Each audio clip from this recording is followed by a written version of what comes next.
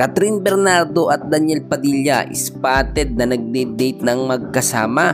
Muli na nga bang nagkabalikan? Well, pag-uusapan natin yan. Ba't bago yan, huwag kakalimutan na mag-like and subscribe and pahit na notification bell.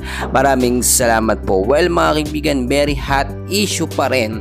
Eto nga pong Katniel na kung saan nga po hindi daw sumusuko etong si Daniel Padilla ng panunuyo dito kay Catherine Bernardo. Well, alam naman natin na may collab team na etong si Catherine at si Alden Richards po ito. Pero magkagayon man, may mga ebidensyang lumalabas na ito nga po si Alden ay collab team lang sa palabas or sa mga movies dito nga po si Catherine Bernardo.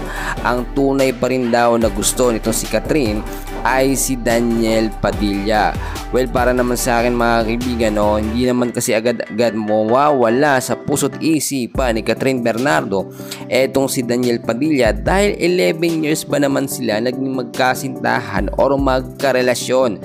Sa pagkakataong ito, alam naman natin nakagawa ng malaking problema o nasaktan ni Daniel Padilla itong si Catherine Bernardo.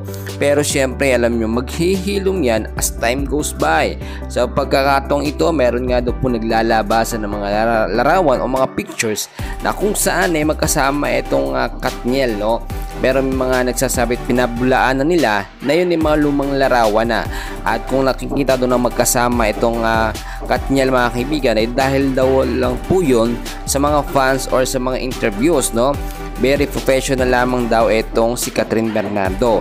Well, duda tayo dyan mga kaibigan dahil tulad na sinabi nung nakaraan ay wala talagang pag-asa itong si Alden dito nga po kay Catherine Bernardo. May mga issue lumalabas na itong si Alden ay iba daw ang gusto at hindi itong si Catherine Bernardo. Well, natopic na natin ang issue about kay Alden Richards. Nasa sa inyo yan kung maniniwala kayo.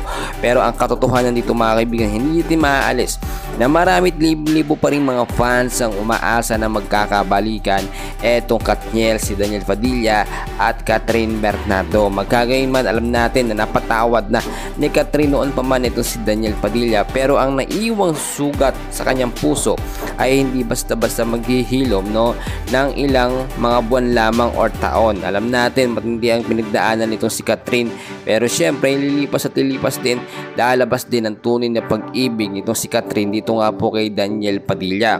Si Daniel Padilla naman ay handang magbago para nga po dito kay Catherine Bernardo. So for now, yan muna update natin. Please huwag kalimutan mag-like and subscribe. Maraming salamat po.